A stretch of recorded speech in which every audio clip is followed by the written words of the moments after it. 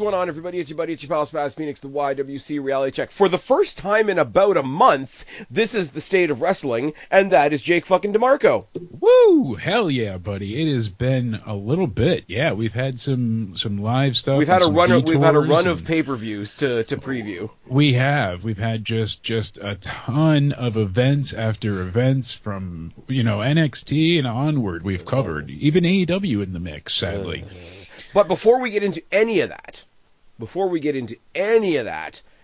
want to shine a little bit of a spotlight on my co-host, who has added to his streaming repertoire. Please plug your new home. That's right. You have convinced me to.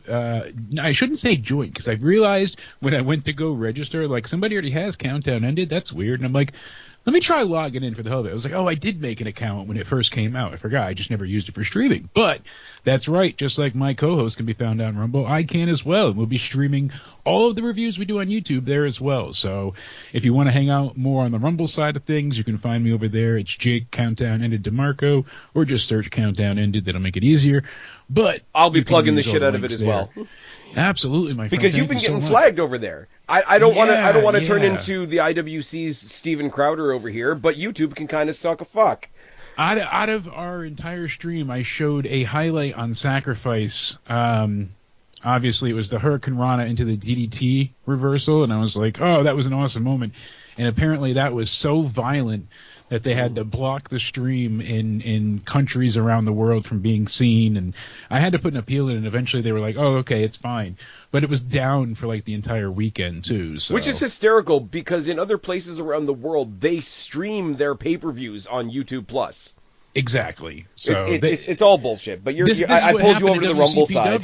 Yes, yeah. you indeed did, and that's what killed WCPW. They were great on YouTube, and then they were no longer advertiser friendly, so they couldn't have their live streams with advertisers. And from there, it just went down, and that was it. So unfortunately, that's okay. We just get Simon Miller over at Destiny, and it's all good. But since the stream did go back up, we've had almost 1,400 listeners tune into that stream for Sacrifice. So awesome that people are enjoying it there now that it's back up. And you're still the one that I'm not on. You're still on Twitch as well, correct? I am on Twitch as well. So we might try stream the next stream we go to. But I got a bunch of topics that I want to talk about. But you wanted to touch on NXT briefly. NXT was pretty damn good. So my big takeaway is... it was really damn good, and it was going to be so hard to follow up Roadblock, because that was such a close to perfect episode of NXT. Yeah. So many people said that's the best episode of NXT ever. I wouldn't go ever, but I would go of this modern era. Of this version of NXT. There's a lot of black and gold that I'm going to be really biased about. Same with me, especially, we always touch on, obviously, the one that won the war, but... it comes down to a bit of a shocking, decisive win. I will say, though, you mentioned that, and I'll put my bias in check a little bit. That episode, the one, the night we beat Dynamite, back when beating Dynamite wasn't an every week thing. We'll get into that. But that episode, the first night we beat Dynamite, it was top and tailed by Rhea Ripley, Shayna Baszler, Adam Cole, Finn Balor, if I'm not mistaken. Yep, you got it. But it's much like the episode of Raw that had the CM Punk pipe bomb on it. Really, really good bread. You don't remember anything else from the middle. And back then, it used to be, like, not ecstatic, but, like, pretty solid. I remember that episode, because we're talking 2019 now. Yeah. I remember that being a very, like, two high ends with, like, the whatever in the middle. Yes, so, we did get that for a while, too, where a lot of things were bookended by highlights, opening, closing, but not always... the middle of the, as you said, the sandwich was not always filled out. We had some wish sandwiches there. That's where you wish you had. But it looks like meat. we're for stand and deliver. We're doing the double champ thing with Stephanie Vacour, which is awesome. We're not immediately jumping into the Jordan Grace thing. Jada Parker's showing up, showing out. Fallon Henley's going to get her rematch. Those are both happening next week.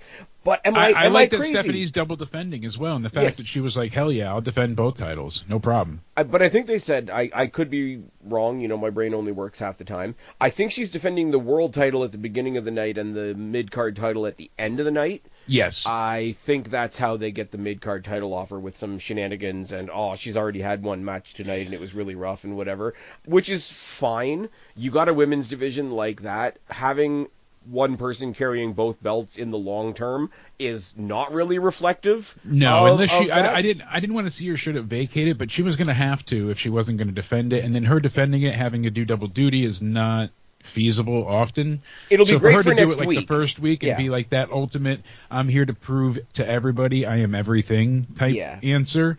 So I've enjoyed her doing that. But it looks like we're getting a triple threat for the main event, yeah? It seems like it's going to be that way.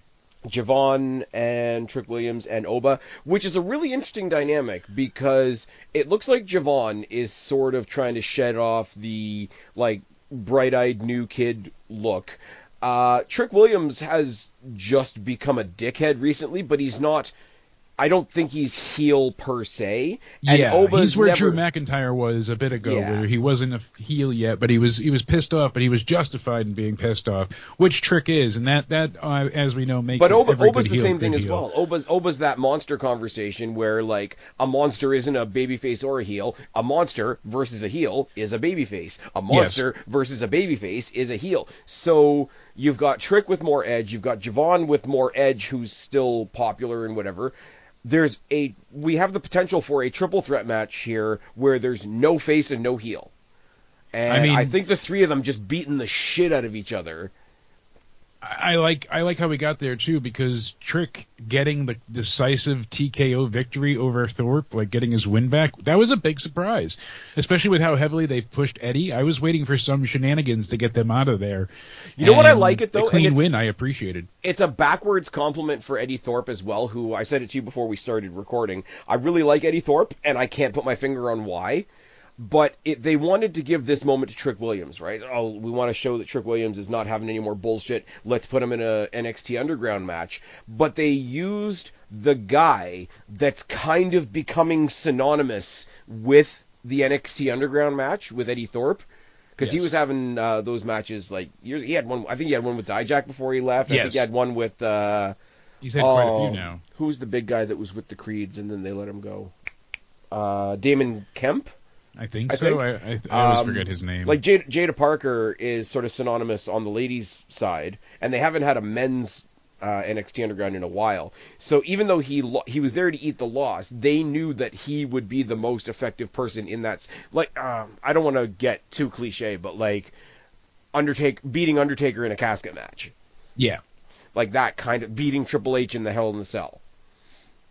It's not a direct, oh my god, this is my match, but this is the guy that's really fucking good in this kind of match. Yeah, so for him to lose in such a decisive way, and then having Javon come out and be like, see, I told you, and then Oba's out there, it was a good way to bring out the Dark State, whose name I like.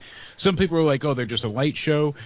I think they're more than that. I enjoy them so far. And I love the fact that immediately, as soon as they were named Dark State, it's like, oh, there's WWE being political again. I'm like, it's S.H.I.E.L.D. with one extra guy. Fuck off. Yeah, exactly. It's just supposed to be like covert ops. Yeah. I like and it is kind of S.H.I.E.L.D.-esque, so they gotta be careful on how much they ape the Shield, but their version of the power bomb, where two guys throw a guy to two other guys, It's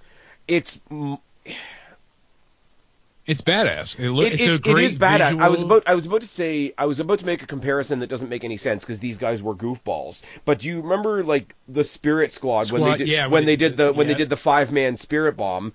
This is that if we took them seriously. But that move was fucking devastating. That's the funny part.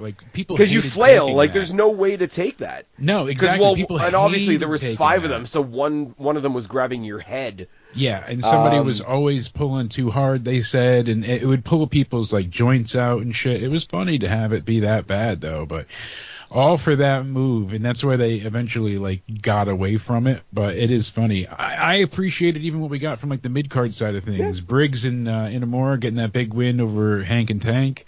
I like this whole Hank and Tank are happy-go-lucky guys, but they're still getting frustrated with, like, we're nice guys, we're doing things the right way. Why isn't it happening for us? Like, why isn't that our time? They brushed up against the Hardys, which was nice when they were there. They went against Briggs and Inamura, who aren't assholes, but like they're just not taking any prisoners, and now it looks like they're going to go for Tyson and Tyreek, who, along with Wes Lee, had an amazing trios match at Sacrifice that we talked about over on your channel. We love that.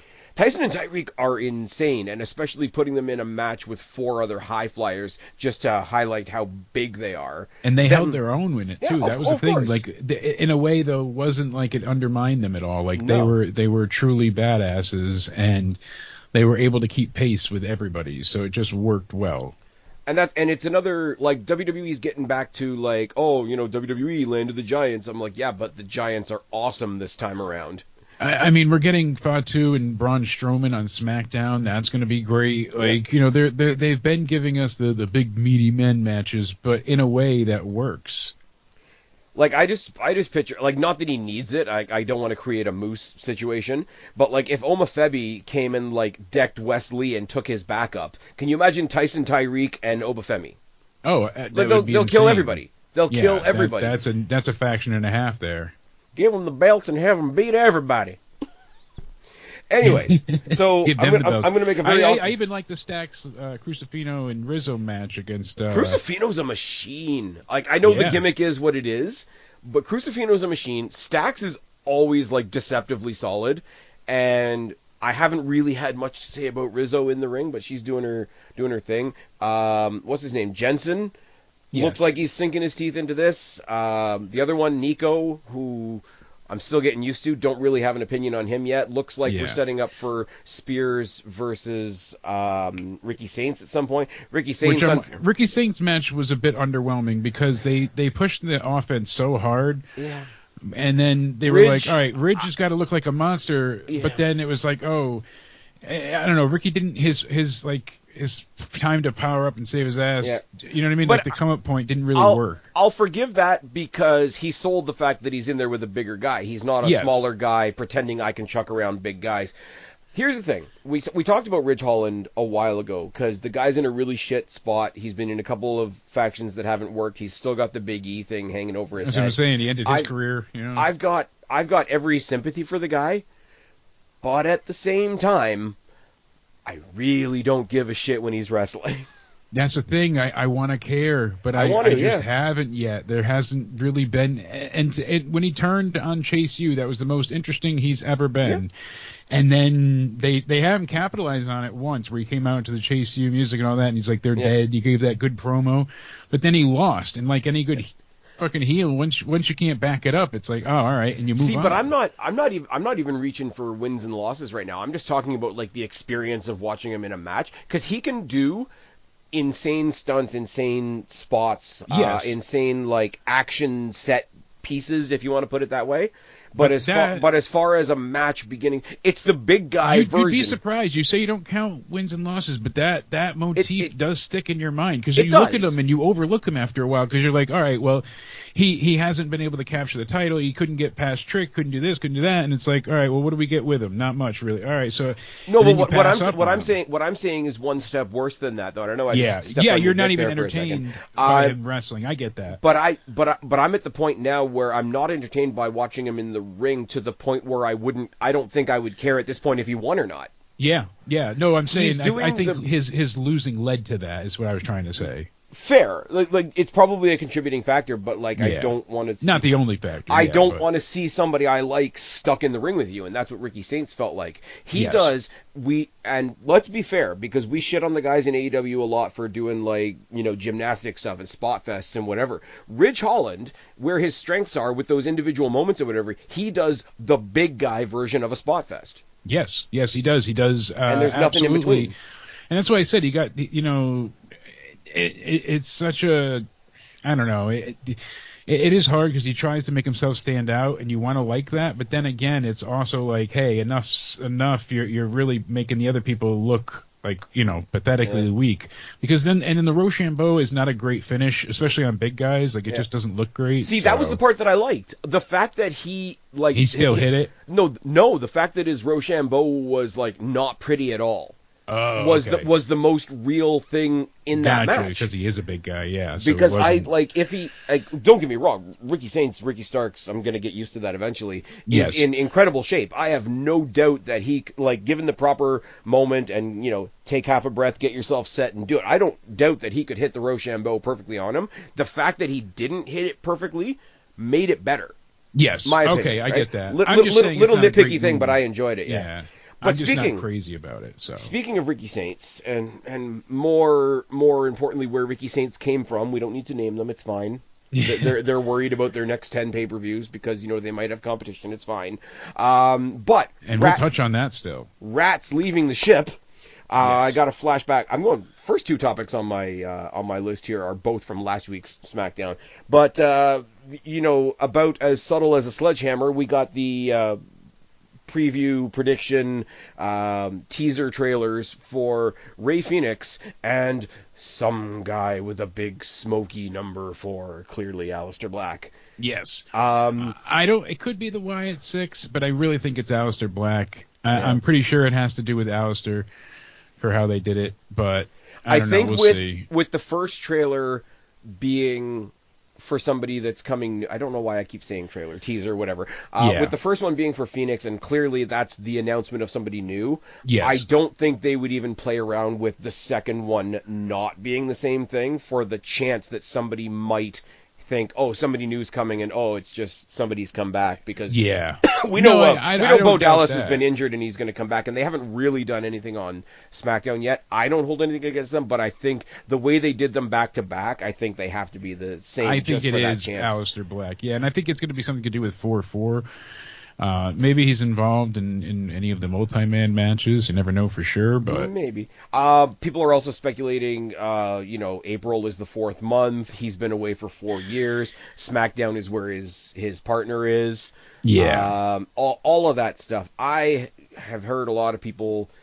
This is a little bit of a tangent. I've heard a lot of people saying, maybe he's going to be the secret member that Dominic Mysterio is talking about with the Judgment Day on Raw. But again, that's on Raw, and he's probably going to be SmackDown unless they move Zelina Vega to Raw. But she's going for a title on SmackDown. And I'm sorry, the better next member of the Judgment Day is going to be Karrion Kross, because I think he's going to kick Finn Balor out. Yeah, we see that happening. That's a lot. Or something new happens. But Finn Balor and Liv seem like there's got to be something to it. Cody's convinced there is, and I'm not sure you know what he's the wrong, fucked up thing is, right? Because I know she's a tag team champion, and I know they're probably going to defend the tag team titles at WrestleMania. I hope they do it on Stand and Deliver Oi Oi Oi against Sol Ruca and Zarya, but that's another conversation. You and me both. That's the match I want, and we didn't touch on that really good opener either. Sol Ruca and Chelsea Green. Sol Ruca, Chelsea Green for a match you knew she wasn't going to win. Because the foregone conclusion of the night, definitely. Because Zelina Vega is also going for Chelsea's title, I've heard that they're going to do like a crossover match with like Chelsea and the Secret Hervis versus Sol Ruca, Zarya, and Zelina Vega, which sounds like a fun as hell match.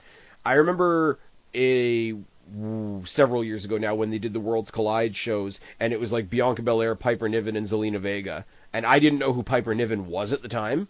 Yeah. And I was like, fuck. So let's run all that back. My thing is with Karrion Kross is he hasn't wrestled in like forever unless he's wrestling on house shows.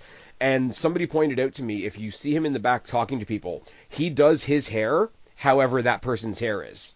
So if you see him talking to AJ Styles, he's got the long hair. If you see him talking to Xavier Woods, he's got it like tied back in like a bun thing. It was a little bit messier when he was talking to Dom, and I'm like, when he talked to Sammy, he had the same do this hair cool bun. thing where Dominic Mysterio thinks he's gonna like impress Finn by bringing in Karrion Kross as a new member, and then Karrion Kross just decks all of them and takes them all. But am I crazy though? Like if Liv wasn't the tag champion right now, which is awesome, by the way, because I think if they weren't tag champions, I don't think Raquel would have much to do, sadly. No. But am I crazy with what they've done in the game? By the way, I got 2K25. It's a lot of fun.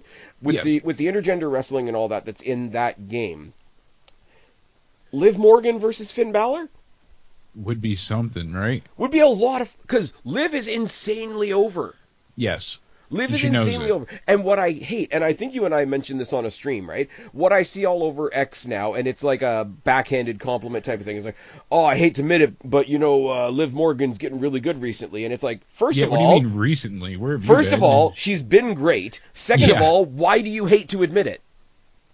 Oh, It's a I weird think I know thing. why. I think I know why you hate to admit it. But anyways, let's just leave that one alone. But Aleister Black probably coming to SmackDown. Feels that way. His wife's already there, so it seems like again another If type they of thing if that they they do planned. some kind of group thing with him eventually, cool. I really want to see him on his own, because House of Black was one of the few good things on AEW, but I've had enough He of needed that. to be pushed as a single star. Yeah, Yeah. he really should have been. He came in white hot. No one wanted to see him be a fucking a tag teamer. Really, like that just wasn't in He the. came in as a look, we got another one, and then they didn't do anything with him. Yeah, not for a now, long time. I'll say I'm a little bit of a hypocrite, because if Brody and Buddy came back and rejoined him in WWE, I don't think I would just... Julia Hart versus Alexa Bliss. Let's fucking go.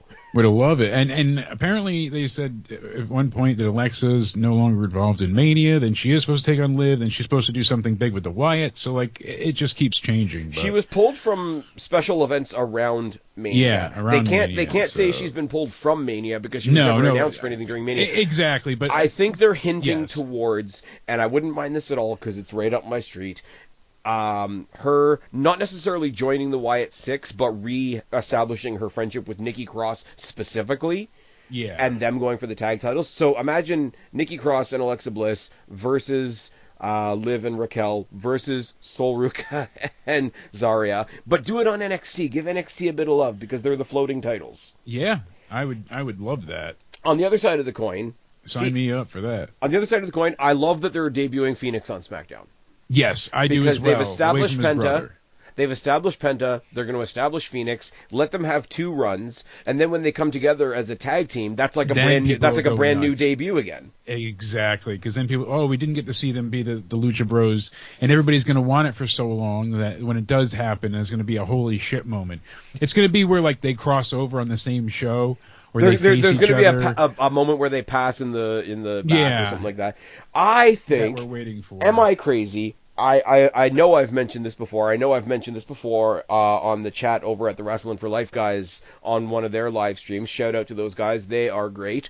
That they are. Is it a little bit of fake Diesel, fake Razor over on the other side right now, where they've got Alex Abrahantes and whatever luchadors are lying around? Yeah, and they're the Lucha guys or whatever, Lucha Stars. Yeah. They're the Lucha something, Lucha Stars. See, I we think had it was. the Aztec Warriors on Sacrifice, and they were at least, good.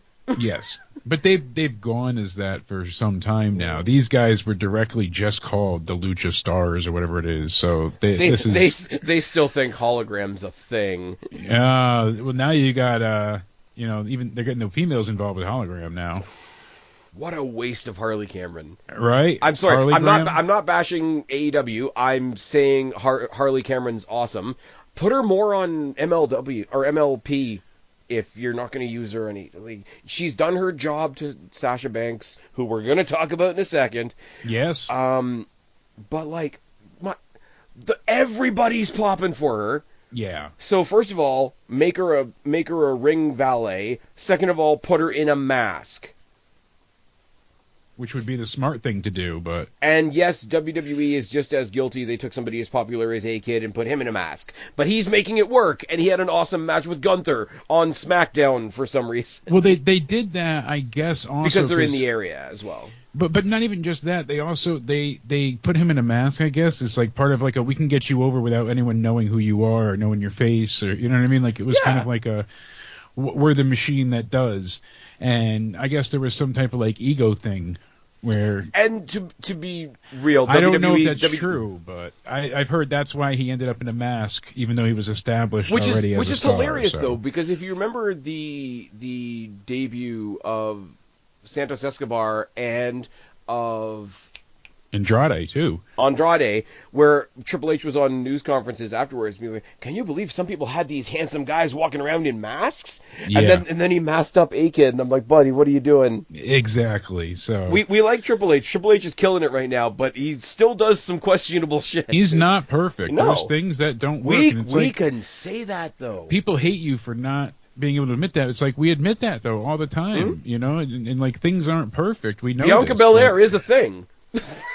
Exactly, you know, and that whole thing, people are talking about how that angle between her and Naomi was like some of the best acted, like, pro wrestling bits. The guy that I send you often, he's got some great takes on AEW. He's very into like black NXT, you know, African NXT. He says all that, you know, all that stuff.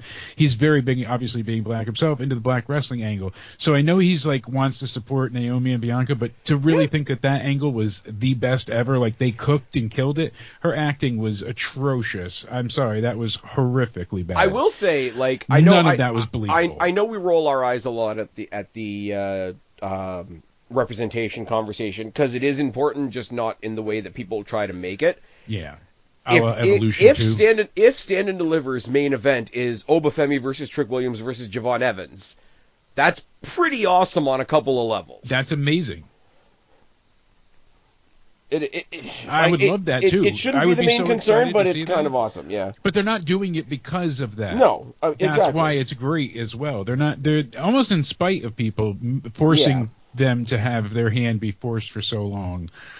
It was kind of a bad, you know, situation for a little bit where they were trying to push this diversity claim, and it kind of bit a lot of people that did it in the ass. And now you're seeing the genuine side of it. Like, NXT has some amazing African American stars. Oh yeah. So does the main roster, though. Like, it's not. And see, here's the thing, and like, not even for that reason, but just because of like footing now.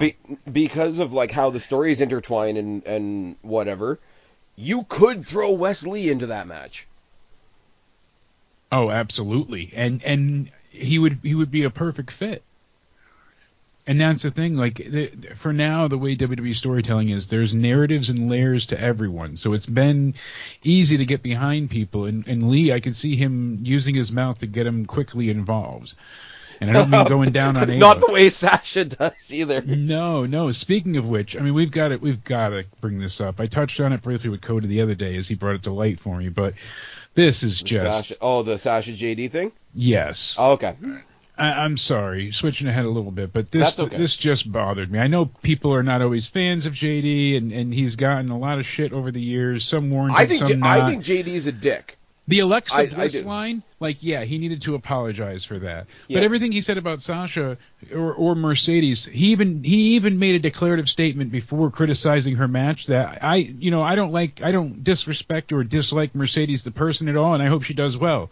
But the person that portrays the wrestler, I can't stand. And they basically made it sound like, oh, he's a racist and he's the worst person ever. And she had him allegedly removed from commentary on the House of Glory show for her match. So.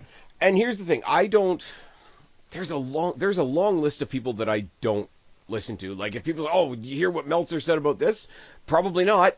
Usually no, unless it's in the news repeatedly. You hear what Cornette said about this? Probably not. Probably did there. Hear what JD said about this? Probably not. Somebody will throw up a clip and I'm like, yeah, he's being a dick. What do you want? He used to be a dick in favor of AEW. And now he's being a dick. Long time. And now he's being a dick in favor of WWE. So when I hear him going off on something now, most of it seems in spite of AEW now. But it's one of those things where, like, okay, even though he's saying something I agree with, I'll still admit that he's being a dick. Now, that being said, somebody, you want to talk, like, I hate the terms punching up and punching down. If you have a problem with somebody, you have a problem with somebody, right? But is it not punching down for somebody like the assumed prestige of Mercedes Moné or Mercedes Varnado or whatever her name is to walk into, like, what is it, Hog Wrestling? Yeah, House of Glory and against get the Indy guy Hartwell kicked of all off. people. Not to knock down Indy either, but it wasn't even like it's this, like, a WrestleMania main event. This is the thing. Like, on the balance side of things, I don't like Mercedes. Mercedes can fuck off, right? But I can still look at that in the sense of it's probably a good get for Hog Wrestling, and it's probably an awesome, like, well-anticipated match for Indy. Love seeing Indy succeed. Awesome. Me too. Awesome. And like, JD's a dick. Have I seen a single, like, Hog Wrestling show? No. I haven't. But the guy gets to be a commentator. That's kind of kick-ass. Somebody like from, much as we don't like to say it all the time, somebody from our community going and branching off like that does good for our community, whether we like them or not, right? Yeah. And somebody absolutely. with the like presumed, stroke or whatever that Sasha Banks has, I don't like this guy. He said something mean about me on Twitter. Please take him off the show. If anybody, I'm sorry to go back to Route 1, if anybody in any way, form, or fashion from WWE pulled that shit on anybody, can you imagine, like, what's a good example? What is a good example? If fucking Seth Rollins showed up in TNA for a night, which would be fucking awesome, by the way. There's a lot of really cool matches you could do there. And says, I don't like Tom Hannafin. Take him off the desk. Yeah, he once WWE would get, it wouldn't even be a Seth Rollins thing. It would be WWE would get slated for that. Oh, they would get so much shit for taking him off. And it's one of those things where it's like, yeah, JD, is a dick. Like, I don't want to be standing here defending a dick, but don't make yourself the bigger dick.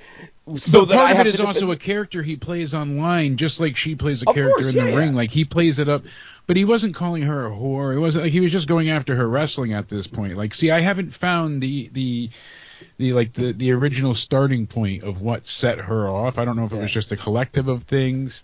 It's not like somebody else in our community that I won't name by name, because that would just be name dropping out of nowhere, that was like incredibly obsessed with Sasha Banks to an uncomfortable level for a long time. That's somebody you would kick off a commentary desk.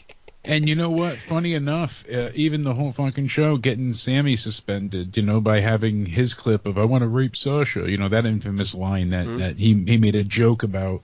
Basically saying how hot she was, which I never saw, which is not me just hating on her. There are other females, obviously, goddamn. But I don't see it. I never saw it with her. The fake hair, the wig, the 5-head, all of it.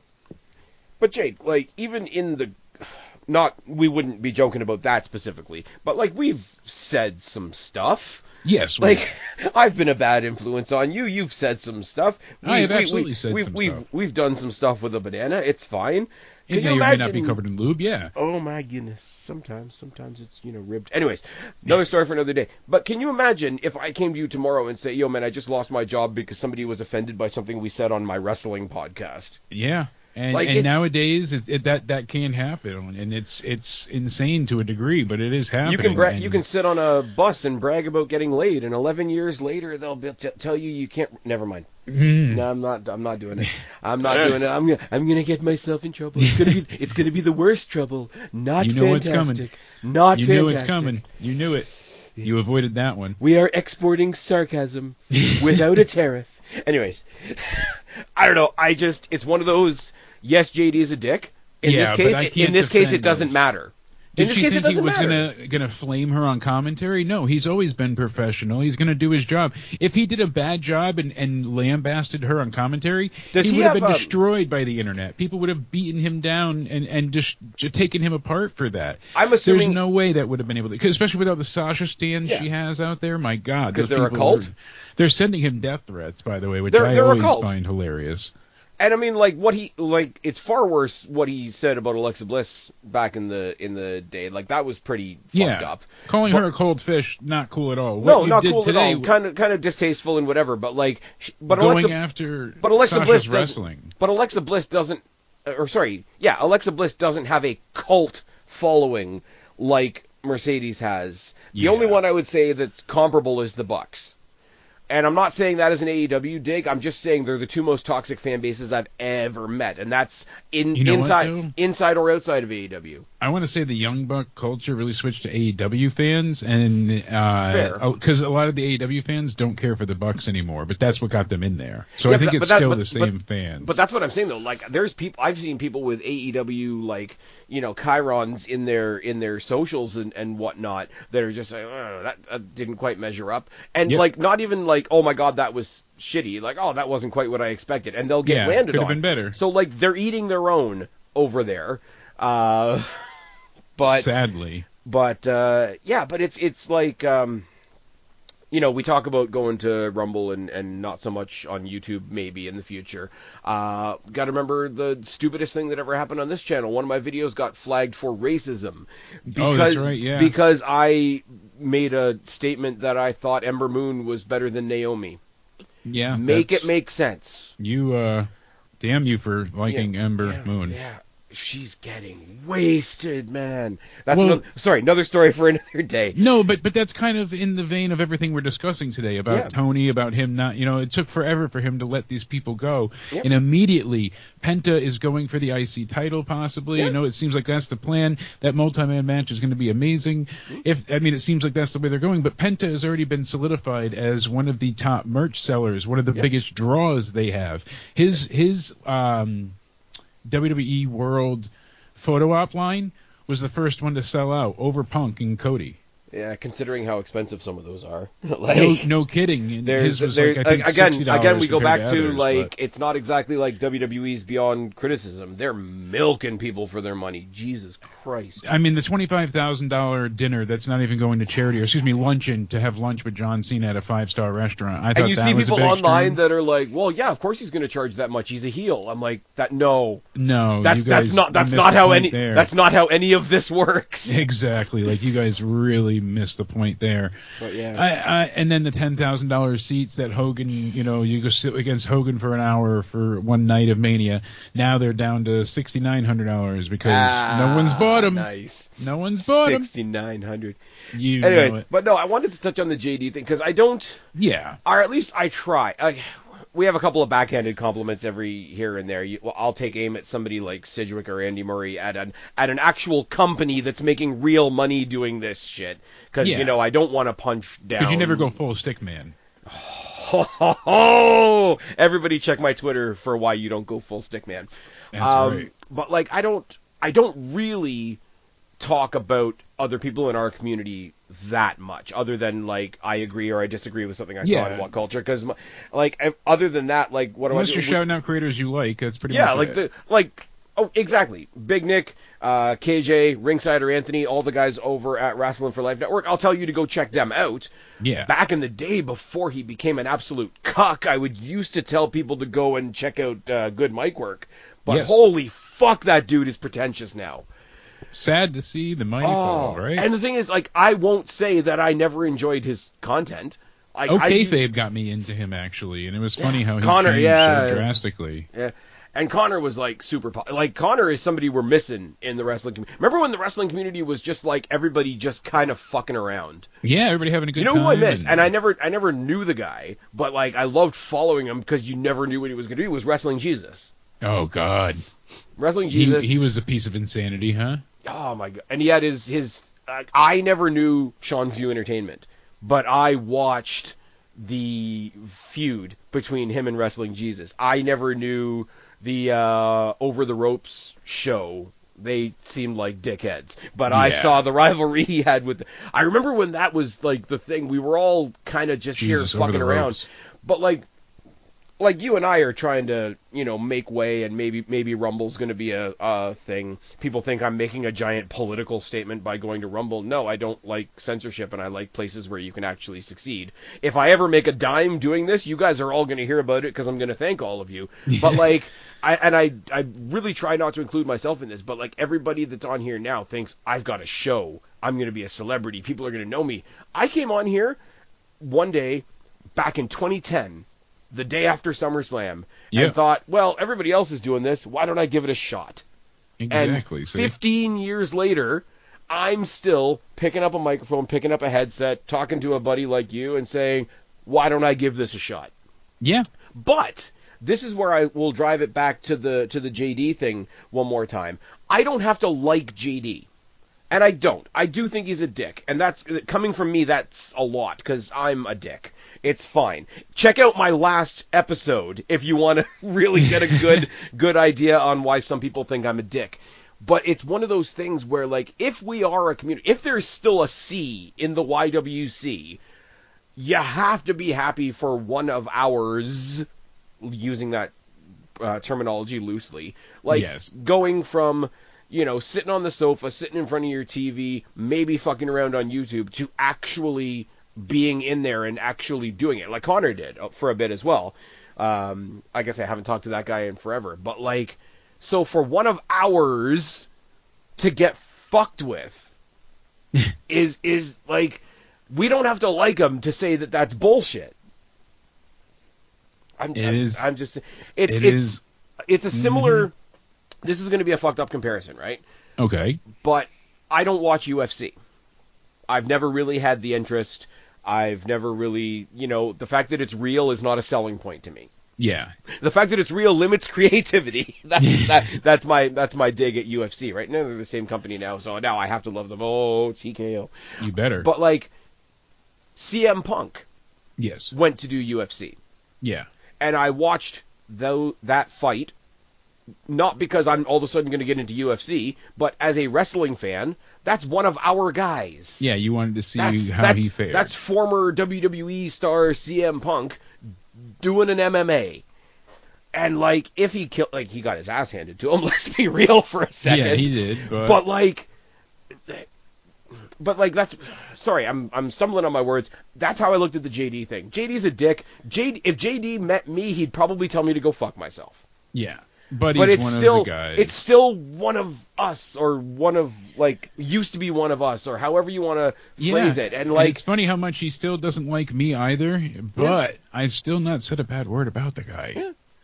I mean, I find him a bit obnoxious. He's not my choice of guys to listen. And again, much like Good Mike, I was listening to him when he was a Call of Duty guy before he even. Yeah. I remember when he first started introducing wrestling into his stuff. So I used to listen to JD back when I was like, this guy's telling everybody to fuck off. That's a guy I'll listen to. And I'm like, eventually it wore a bit thin, and I found some.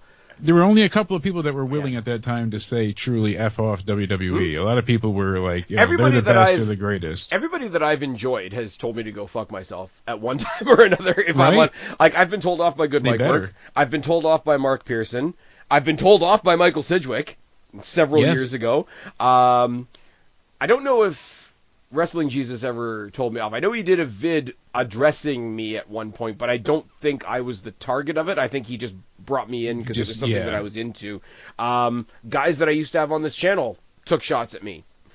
For those of you out there that remember when I was working with Preston and John and Deluxe Man, and that fell by the wayside, and then I picked up much better, much more positive people like yourself, like Guapo, like Black Cat Feline, etc. I had Connor on here for a little bit. But Connor's been everywhere. Respectfully. But it's one of those, like, if I ever looked around and I saw somebody in our community, like, actually doing something super fucked up, I'm like, I'm already not associated with you, but the world is going to think you're associated with me because we all do this. So conversely, if somebody succeeds... kind of, sort of, too, like 6 degrees of separation, what he does, what I do. Like Jaron Walker, Small Afro Games, used to call in to the, different radio shows and shit that we did, and podcasts and all of that, and now he's being invited by 2K Games to the Royal Rumble and the Chamber. Fantastic. And, he was with that kid that's on his Chiari journey, has the same brain malformation I have. He's had 2 brain surgeries, though. He beats me. Nice. But that kid went ahead and finally met John Cena the day he turned heel. He met him earlier that day, finally. So thankfully he did it then. I don't think he would have gotten another opportunity. On a weird level, right? Like, I don't know how I'm going to loop this in now. But look at succeeding. I get your point. I'm excited for him. Yeah. Look at Simon Miller, right? Yeah. Simon Miller does what we do, does it in a more professional way, also hooks in with What Culture. That's a much larger entity. Yeah. But I talked to him very early on when he took over for the other What Culture people, and he was getting a lot of hell, and I was like, just keep your head down and keep doing it. Super positive. Like, here, 2 people in our sphere that I've never understood people going after. One was Connor, and one is Simon. I'm like, these are the most positive people you're ever going to meet on the internet.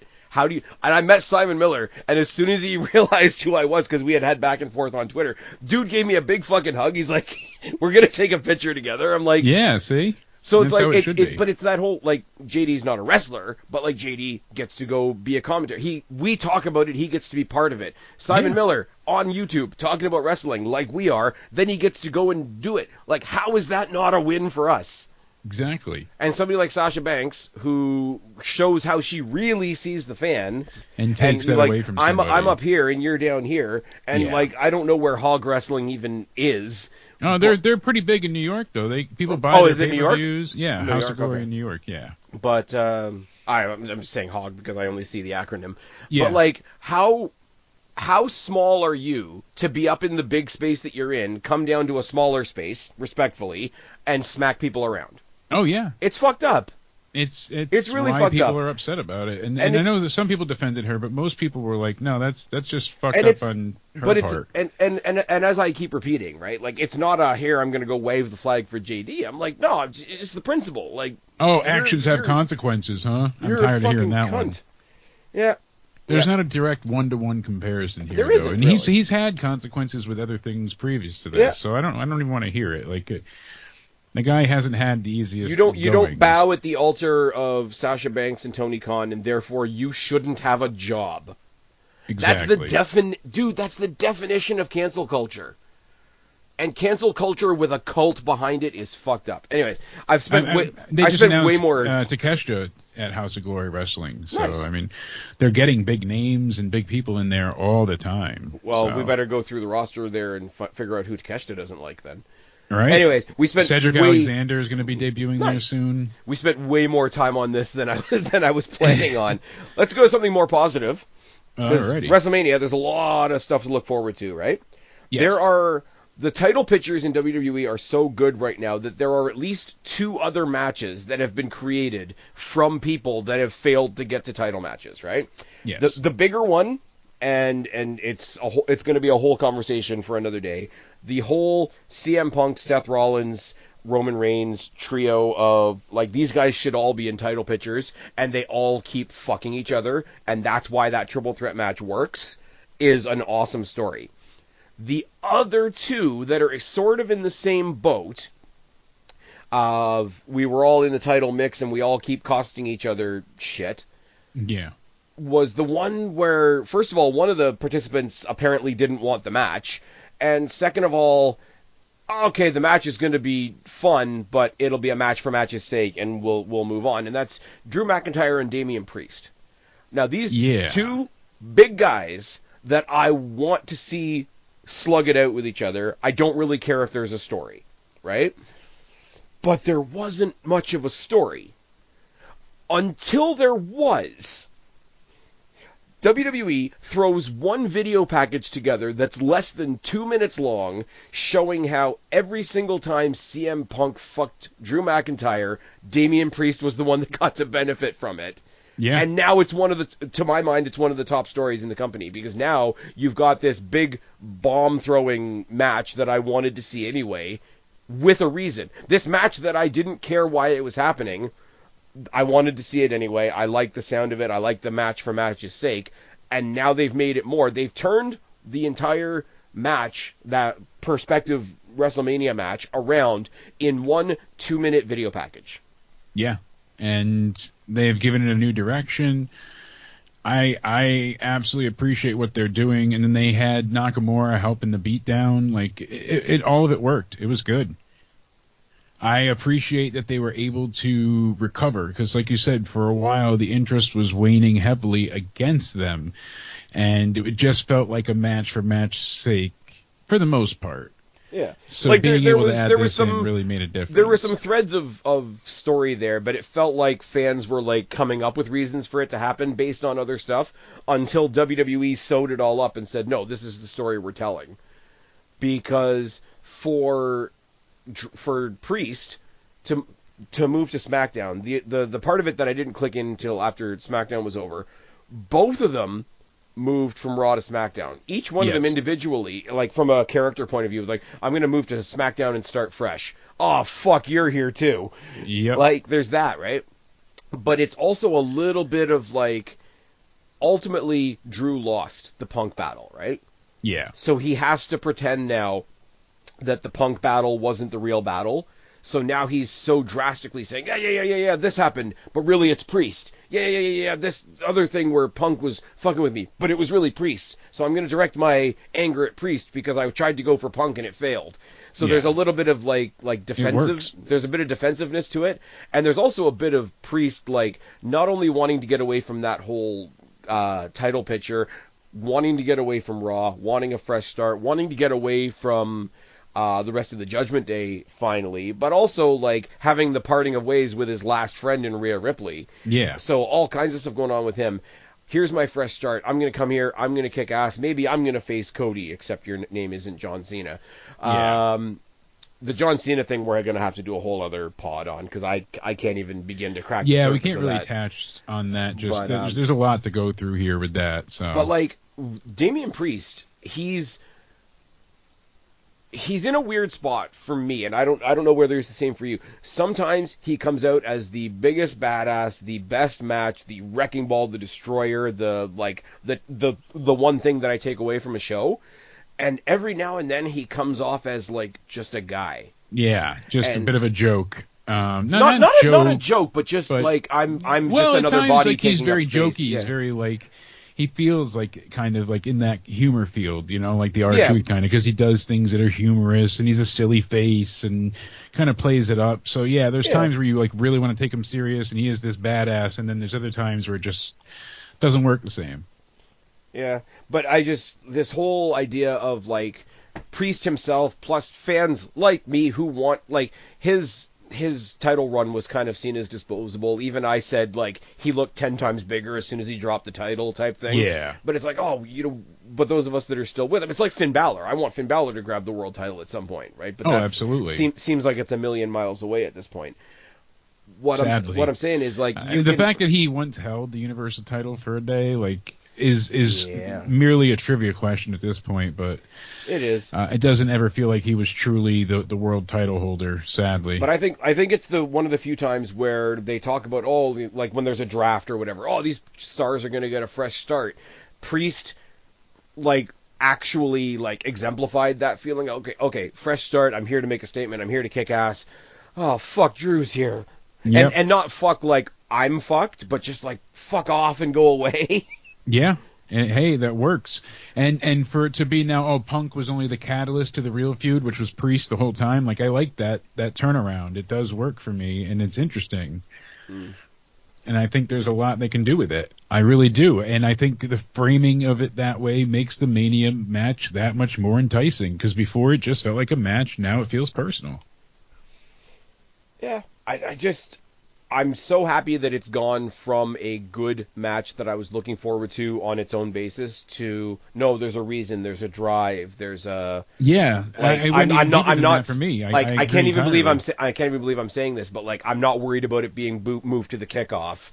Yeah, exactly. You know what I mean? Because before for me it was just a match. Not that I wasn't looking forward to it, but I didn't want to skip it, but I wasn't super excited for it either. Or it would have been put in the dead spot. Like, when there's like now, two big matches and they put another match in the middle, Because you can trace it back to literally last year's WrestleMania, where like obviously Drew fucked himself because he was distracted by Punk, but he can play it off as Priest came down with that cheating briefcase and But I don't know. I'm looking forward to it. It's not going to be the biggest match of the night, but it's not going to be the smallest anymore, which is a good thing. Yeah, and Drew's kind of had some interesting places in the Mania cards. That triple threat the 2 years before was damn good. Probably one of the better matches of the card entirely for 39. And then 40, it was kind of like it was all right for him and Seth, but it was more about the story, You know what the one good thing, and this is going to be a terrible transition of topics. The great thing about Drew McIntyre, he was once known as the Chosen One. Right, and then he turned into a jobber? Yeah, and who chose him? Can they utter his name? You say his name and he hopefully doesn't appear. They just saw him at when it was the New York Knicks game or whatever, though. He was on the Jumbotron. This is exactly where I'm going with this, right? I don't want to tell anybody what to think of Vince McMahon. Yeah. I've always attacked every issue when it comes to Vince McMahon as, holy shit, that sounds like a lot of bad stuff. If it's true, then fuck him, right? Yep. That's always been my approach. I wasn't there. I don't know if it's true or not, and we live in a world of liars. Am I going to say that he's guilty? No. Am I going to say that he's innocent? No. But the grand, Well, that's why that lawsuit always bothered me, because a lot of it was her initially agreeing to sleep with him and send him to. So there, did he make it worse for her? Absolutely. But how much of we don't know. Yeah. Anyways, my point being. Sorry, I wasn't going to go down the legal route. My point being... No, but I had to just highlight your point. Continue. Yeah, my point being, I don't know whether any of it is true or not, but the collective moral conscience of the IWC said, we have to get rid of Vince, we have to get rid of Vince, oh my god, the guy deserves to die, this, that, the next thing, right? So, rightly or wrongly, the guy was Me Too'd out of his position. The guy was Me Too'd out of his job. He's persona non grata to WWE, to UFC, to TKO in general. Yep. Like, he's basically in hiding. Like, you get people now saying that there's been a Vince sighting here or there. Like, they expect him to he was crawl at the into a Super hole Bowl. and He die. was at the Knicks game. He's been at, a few things here or there, but nothing like what you would expect from him. But here's the thing, and this is, like, an honest question. I'm not making any aspersions on anybody on either side, right? Yeah. But he's gone. Like, we make the jokes about, like, how much more can you blame him for? Right. We make the jokes a lot, like, especially on this channel. I've come up with the term the ghost of Vince. Oh, WWE's probably going to do this because, they're a shitty company. It's like, okay, that's something Vince used to do. That was a booking tactic that Vince used to do. You're chasing the ghost of Vince, right? Exactly. The reason I use the phrase ghost of Vince is because he's not there anymore. Exactly. You got but your they way. make it sound like he's still around. But this is the thing. You got your way. He's gone. He's not attached to the company at all. He's never going to go into the Hall of Fame. He's never going to have his name uttered on television again. Rah. Every single person that's on the hashtag #BelieveAllWomen on X, even though they pretend they don't use X anymore. Oh my God, I'm always going to call it Twitter. We're on Blue Sky. Like, whether you're right or whether you're wrong, you won. So now, why the obsession? Because it has to be a mindset. It has to be a boys' club. It has to be like there's more to it than just. It has to be other people that knew and held accountable. Triple H must have known. Okay. Yeah. No, that's a part of it too. But that's the Ghost of Vince stuff. But now that's what I'm saying. That's what I'm further exampling. Right. Yes. Okay. So the Ghost of Vince thing is one thing. That's something that we're going to attach to stuff going forward, right? But now outside of WWE, the actual literal obsession with Vince himself and his family is ridiculous. Oh, absolutely. Like, I'm not singling out what culture specifically. I'm only saying this because I heard it in one of their videos. Why is Vince McMahon showed up at a basketball game news? Yes. Why is... That's why I was making light of that before. Like, oh yeah, my God, exactly. he's at the Knicks game? This is my point. Why is... He can live his life. Vince was seen in a limp... Oh, this is the other thing. Oh, yeah, John Cena's promo was great, but don't forget who he's friends with. Yeah. Fuck off! Like, don't forget that Vince made him. Yeah, exactly. Vince made a lot of people, and he made a lot of people that you like. But, like, oh my God, I can't believe he was seen... Like, they followed him to a restaurant last year, which is why they found the picture of him and Cena together. Oh my God. Yeah. Oh my God, can you believe his daughter's doing a podcast? Now, Stephanie's podcast is probably going to suck, but, like, my podcast sucks, and I still get to do it. Like, exactly. Oh my God, can you believe he showed up at a UFC? Can you believe he showed up at the Super Bowl? Yeah. That's what people with money do. He's allowed to live his life, and people fail to see that. It's like he's already lost his company, his title, his everything that he fought for before. But it's obsessive behavior. Like, in the real world, people say TDS, right? Yes. Trump derangement syndrome. In a very, very kayfabe WWE versus AEW sense, people say Punk derangement syndrome, right? Yeah. People have Vince derangement syndrome. Oh, absolutely. They because they're more obsessed with him now than they were when he was still in his company that he built with his dad. How dare he be in the company that he made and blah, blah, blah, blah, blah, right? Vince didn't do a lot of things right. WWE sucked for a long time. But past that, whether it was skyrocketing to the top or scraping the barrel, it was his. Exactly. Whether you like him or not. Very good for a point in time too. Well, that's we're going to pretend that he never did anything good, but that's another thing as well. But like, that's what I'm saying. They can't. Whether it was at the top of a skyscraper or at the bottom of a bucket, it was his. Whether you like him, whether you like the show, the thing was his. You took that away from him, right? Oh, he got a mustache to distract himself from the lawsuit. What the fuck are you on about? But it's so weird that they got what they wanted. And I'm not, and it's like the JD thing. And they still can't let it go? It's like the JD thing. I'm not here to defend Vince. If you think he did everything he's accused of, then cool. You're going to hate the guy.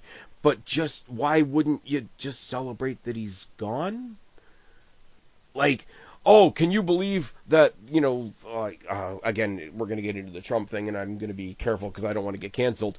But, like, Trump named Linda to the Education Bureau or whatever the hell it was. Can you believe Triple H was there for this Trump thing? Yeah, he was supporting his mother-in-law.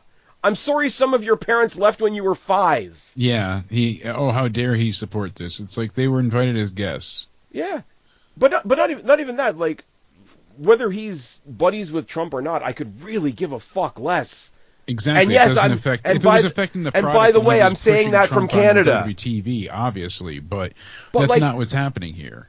But like, how dare you go to a football game? How dare you go to a basketball game? How dare your daughter have a podcast? How dare your wife have a job that has nothing to fucking do with wrestling? How, the rumors of Shane McMahon, that's the McMahons again, just trying to distract us from the real news. It's like, yes, because Shane McMahon got together with Tony Khan, who wanted to help Vince McMahon distract you from his lawsuit. It's like, you won!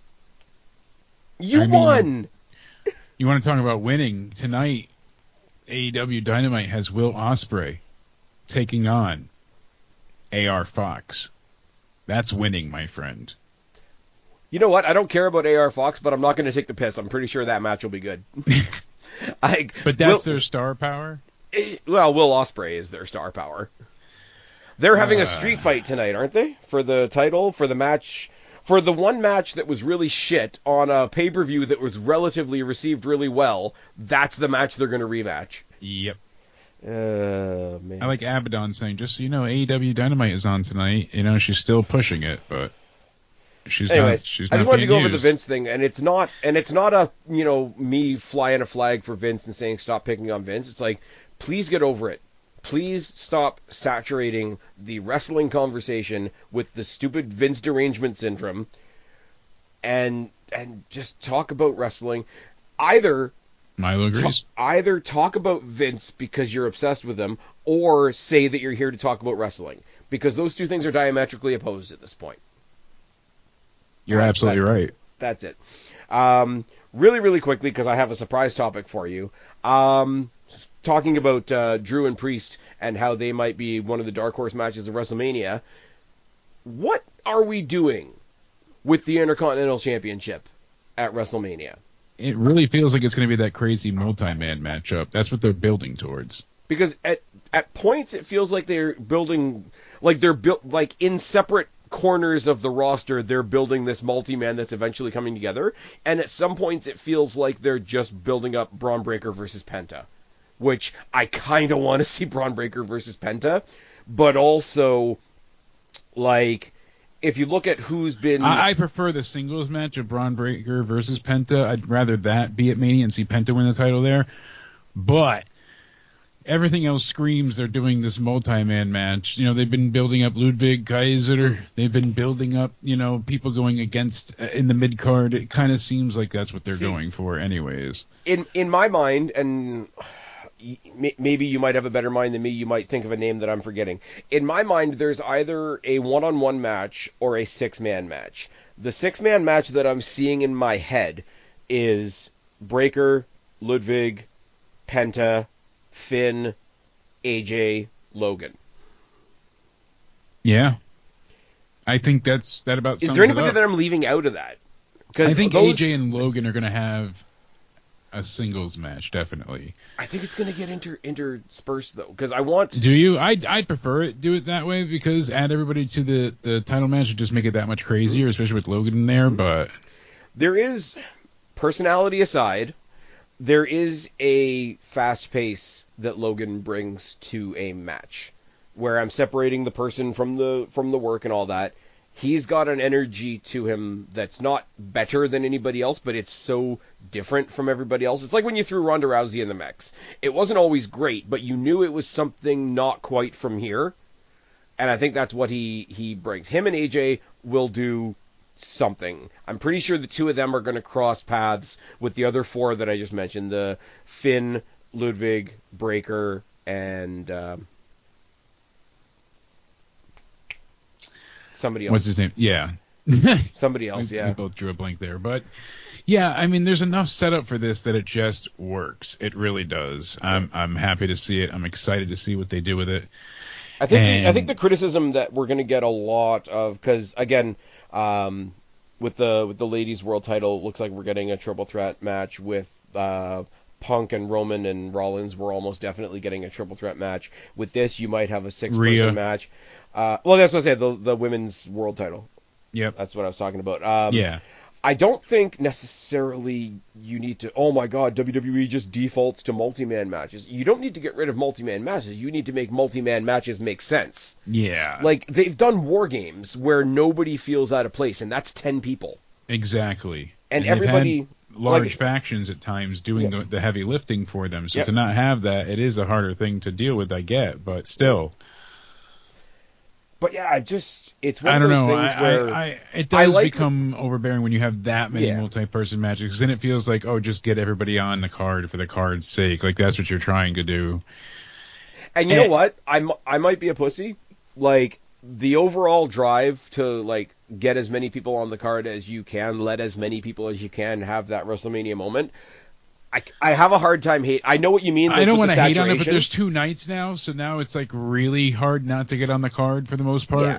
So and there's more there's literally more titles. There's more titles than ever. There's more time than ever. Yeah. So that's why I'm like, it doesn't really have the same weight as like when WrestleMania 33 came around and the girls got not as much time as all right, they deserve their chance to shine. Going back to our NXT conversation at the beginning of this pod, this is why I'm really flying the flag for. Get a bunch of ladies involved with the tag team title at WrestleMania, but do it at Stand and Deliver. Because yes, I did. Okay, oi. But twofold, like really put an emphasis on the fact that is the title that floats the most. Yes. Do it in NXT because where is the 99% of the, hey, the ladies are killing it in WWE happening? Do it in NXT. They're not going to be in a stadium, but they still got to fill an arena. Yeah, exactly. But yeah, it's the one thing. Like, I don't think you're not gonna move any of the other title matches to Stand and Deliver because it doesn't make sense. No, Oi does not make sense in that regard. And I agree with you there. But playing around with the ladies' tag team championship, you're doing a bunch of things. You're bringing the prestige of that title to NXT. Yes. You're bringing some main roster talent, which is, it's a marketing thing, but also it's a valid thing. And whoever you've got in that mix from NXT, you're showing that they can hang on their own ground with main roster talent. And I think that's a win in every direction. It is I said it in my last pod, there's only one set of women's tags as opposed to 3 sets of men's tags. But the upside of that is that title floats, and it makes it unique in a sense that no other title in all of WWE has. Yeah. And I think they need to focus on it more. Like, I certainly agree. Bianca and Naomi, Bianca and Jade Cargill were on every show, it felt like, for a little bit. Yeah. And to borrow a phrase from you, did it become a little overbearing at some points? It's like, okay, they're just going to soak up every show.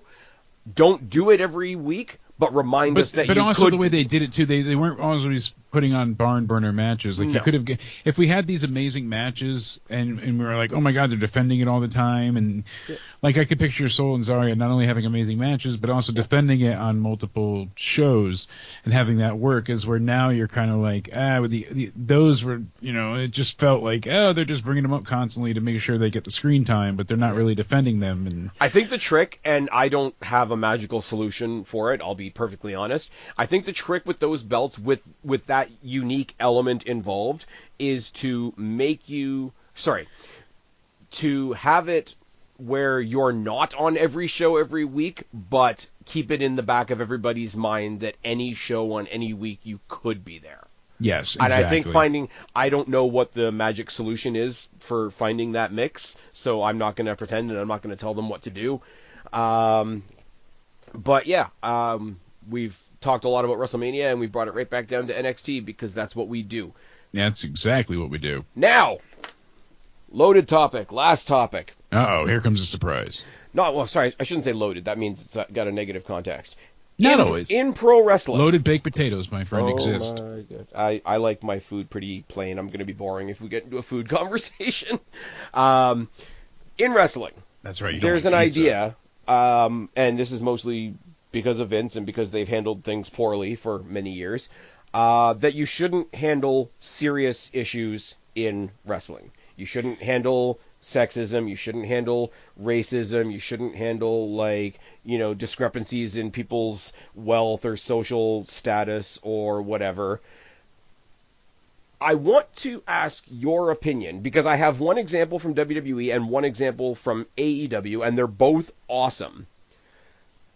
Is wrestling right now handling pretty well the topic of mental health? Yeah, I feel like they've addressed things and people becoming obsessive and compulsive and breaking down because of their either preconceived notions or their ego or whatever they're thinking, and it works. It's been working, and it also touches upon the mindset and the depravity needed to do some of these actions, losing friends, consequences. Absolutely.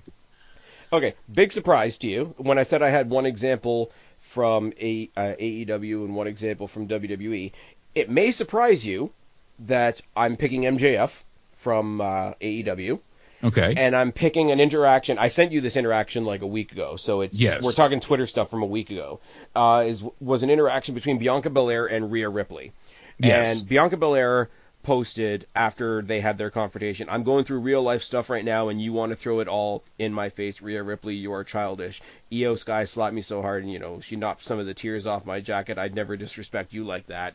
Yeah. Rhea Ripley responded, got caught up all in my emotions, acting like you're the only one to ever have to go through real stuff. Emotions are, I'm terrible at reading things out loud live.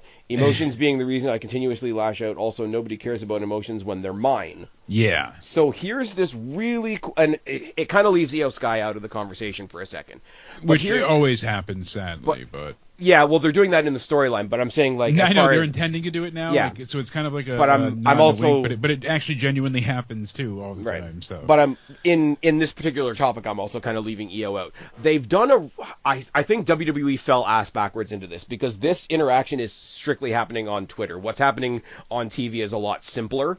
Yes. There's this really cool thing right now where Rhea Ripley is in a place where she's very vulnerable. Yeah. She's vulnerable, but she's doubting herself. She's lost her title. She thinks she's been hard done by with the title when really I think it was the tipping point of everything's kind of falling apart. She lost her guy, she lost her friends all turned on her. And we go back to the Damian Priest thing, and this is where everything's kind of interwoven. The last real true friend and support that she had was Damian Priest, and now he's gone on to SmackDown, who thought he was going to have a fresh start, and that's been capped off by Drew McIntyre or whatever. So she's heartbroken alone. She's the biggest star on Raw. She said she's isolated. She absolutely she used those words too, which I really appreciated. Was that interview afterwards saying she's oh my isolated. God, the interview that she did backstage was friggin' phenomenal. And she's down on herself, and she said, I made a stupid mistake, but all the dare loss, I say cinematic. Yes, all the loss, all the doubt, all the people that have backstabbed her, all the people that have targeted her, like Liv Morgan, Dom Mysterio, the rest of the Judgment Day, other people that have seen her as a target to chop down, all that. Now, on the other side of the coin, I want to give Bianca Belair credit, so I'm putting aside how cringy some of it has been, and I'm looking at the story they're trying to tell with them. Bianca Belair has seen a friend get injured, had another friend be by her side, and then found out fill the gap and was the support whenever. And nobody has turned on her. She's got the heartbreak of seeing her friends hurting each other, and she feels bad that Jade was hurt, but now she's finding out how hurt Naomi's been all along emotionally, and that's tearing her up and whatever. And so what you have right now, and it's really cool, and unfortunately it's playing out way better on Twitter than it is on TV. I'll say that as a criticism. But what you have is Bianca Belair and Rhea Ripley screaming at each other, but not at each other. Like, yes. Bianca Belair has her own pain. Rhea Ripley has her own pain. They didn't cause each other's pain, but they're screaming their pain at each other. Exactly. And I think for a wrestling story, that's pretty fucking awesome. Yeah. It's pretty fucking awesome. So and it's the two strongest women in the company showing the most vulnerability. And I this is me. I'm not a Bianca stan. We know this, but I'll give the credit where it's due, at least for what they're trying to do behind the scenes.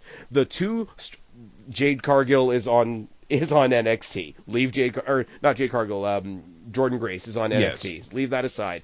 So two of, if not the two strongest women on the main roster are screaming their vulnerabilities at each other. And all you have to do is know each one of their individual stories. It's the Baron Zemo from Captain America Civil War. Yes. Something that was brought up by Adam Cleary several years ago on a Marvel review. The reason Civil War is the smaller stage to prove that they could do something like Infinity War, right? Yeah. They had so much story to tell in that movie. How did you get in all the angles? How did you get in all the interspersed drama? Because you didn't have to tell anything about the villain. Everything that made the villain was stuff you already knew. You didn't have to tell a story between Rhea Ripley and Bianca Belair, because everything that's going on with them individually is something you both know. You know why Bianca's hurting if you're following Bianca. You know why Rhea Ripley's hurting. And when they're screaming at each other, they're not screaming at each other in a sense of, oh, I'm stronger, I'm going to kick your butt, and I'm going to hit a Riptide, and I'm going to hit a KOD, and I'm going to take your belt, and fuck off, EO. They are, like, they're doing the Roman Reigns, like, in the corner from everything that they've both individually experienced. They just happen to be doing it at each other. Yeah, and which is making it so much, it's rich, man, believable. It is very rich, and this mental health side of it, especially when it's so needed today to be discussed. Like, one of the things I bring up is the way they're using social media brings a great conversation about social media, and that is the inability to escape. And a lot of people suffer from this nowadays, but they don't even realize it. Like, when I was getting bullied in middle school and people were making songs about me in the lunch wave and picking on me for being fat, when I got home, it stopped. I got away from it. But now you can't. That bullying follows you. It stalks you. Whether it's on Facebook it's not out there, or it's in Snapchat or a text message, exactly. And I've seen it firsthand with my daughter in drama in high school, and how vicious people can be, and especially having that sense of anonymity and hiding behind a screen, like you're not seeing the hurt in front of you, and it's even more emotionally damaging as well that people don't have the ability to see, like, hey, when I said something hurtful to you in kindergarten, I saw you cry, and I knew that wasn't a good feeling. I shouldn't say that again. But now we lack that because I'm making fun of you, and I can put LOL after it. So it's just a joke. It's okay. And you can't see the person crying. It's just a joke, though. Everything's a joke until it's not. I can have my family shit on, but if I throw an apple, it's no longer a joke. You know, you gotta have lines in the sand somewhere, and for the inability for them, like, you figure, oh, once they get out of TV and they're not at WWE, it's away from them, but it's not, because the storyline in perpetuity forever continues. So I like the way they're using social media to kind of gnaw at each other and attack each other, but also state, like, hey, you're not addressing my feelings, and you haven't considered my feelings either. Like, they've all been shitty in a way that needs to be addressed equally. Now, on the other side of the coin, because all this comes to a breaking point, right? Yes. Now, as we saw on Raw, and EO not wanting to be forgotten about either is a great part of the story too, because she's had to resort to physical violence to get the attention of people. The only thing with EO is I don't think EO can tell this part of the story the same way they have, because her group fell apart because she turned on somebody. So I don't think in this part of the conversation, she can level up. At this it's point, what she did to Bayley, which is super unfortunate. But at this point, like this thing that I'm trying to give them this immense credit for, because I saw it on Twitter. You ever see something on Twitter, and yes, it's fiction. Like, they're perpetuating the fiction through Twitter. But, like, you stop and take a minute, and, like, they've hit something deeper. And I actually paused, and I screenshot it, and I sent it to you, because I was like, we're going to talk about this at some point, right? The other part of that, and the other part, it was just me watching TV, where I went, holy fuck, they just did something deeper. And I can't believe I'm saying this, because Hangman fucking Page was involved. It wasn't him that was doing it, though, however. No, but... The match that he had with MJF at, what was the last pay-per-view? Revolution, yeah. The match that they had, right? The one and it was we reviewed, yes. Hangman, is this wishy-washy, much like Bianca Belair. I don't really care for Hangman, trying to put that aside for the purpose of the example I'm trying to make. MJF coming out here, I'm cock of the walk, I'm better than everybody, I'm going to play the game, you're too emotional, I'm going to win more titles, you're a failure, look at me with my fucking scarf, right? Yeah. And then near the end of the match, when everybody's cheering, and because Hangman has, like, the thing is, you can identify with MJF as well, because Hangman has done some fucking horrible shit to his friends, to his opponents, to, like, he's crossed all kinds of lines and whatever. So when MJF, who has spent his entire feud, the entire match, the entire promo, the entire build-up, the entire everything, convincing everybody that he doesn't need them, he doesn't need the fans' support, he doesn't want the fans' support, he doesn't want their cheers, he doesn't care if they boo, he's better than them, and they know it. And the cheers reached a certain point, and he just broke, and he said, "Why the fuck is it you?" Yeah. And there's your moment of weakness. Entirely different from what we're talking about with Bianca Belair and Rhea Ripley. Yes, but still on that level of ego. But that's 5 seconds within a match that was something just screamed off mic, right? But just that moment, just all the richness and the elements and whatever that go into that 5 seconds of screaming off mic would not have happened 5 years ago. Oh no, it wouldn't have. And the way wrestling in general would have told you not to touch something like that. Because if you ask that, then you're admitting everything you said was a lie, even though that's what a heel is supposed to do. You're admitting you're vulnerable, even though that's what a heel is supposed to reveal. Like, and I think just when I've talked over the years, when you saw, Triple H and Booker T, and people called it racist, and you had the Godfather, and the Godfather and his hose. Well, now we turn around and we say, hey man, like, hookers are workers too, like, maybe show them a bit of respect and whatnot. Yeah, don't be such an ass. Wrestling, no, but there's always been this thing, it goes back to that, like, dingy, smoky bingo hall mentality of outsiders and how they look at wrestling. Well, wrestling shouldn't tackle, this topic is too big for wrestling. And I just thought, of all the things to tackle, racism, sexism, financial trouble, like, back in the day when Shawn Michaels lost all his money and he had to work for JBL for a while, when JBL was making fun of Eddie Guerrero's mom's heart attack, and it was all fucking terrible shit. Of all the stuff that apparently we're not supposed to touch, wrestling on both sides, and like I say, I have to tip the hat to AEW as well. Address this even, like, of all the topics that we're not supposed to touch, for both of the two biggest companies in the world right now to be tackling something as deep and as layered and as perpetually treacherous as mental health is fucking phenomenal. Absolutely. I give them a ton of credit for it, and they don't get that kind of praise often, but yeah, they absolutely deserve it here.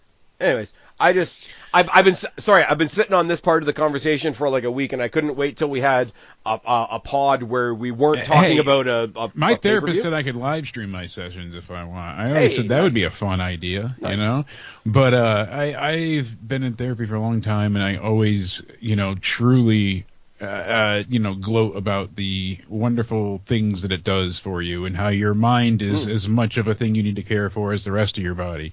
Right. When you're sick, you go to the doctor, but when people are mentally unwell, they tend not to talk about it. So I've always been an advocate of, like, hey, say something. People are here to listen to you. We care. and there's more to it than just what you think. So it's good to have that reinforced. I'll steal a line from KJ over at the Wrestling for Life Network. If you're listening to us right now, the world's a better place with you in it. Absolutely. Anyways, and that's about our time for this week. It is, my friend. Why don't you tell us where to find you, buddy? Leaving on a high note. Well, you can find me on YouTube. It's either at Countdown Ended or Jake DeMarco, or you can find me on Rumble, on Twitter the same, at Countdown Ended. Go ahead and find me there, and you'll find me here weekly for the State of Wrestling, unless we're previewing endlessly everything under the sun. The wrestling community needs to move to Rumble. And you guys know where to find me or you wouldn't be here. I've been Spaz.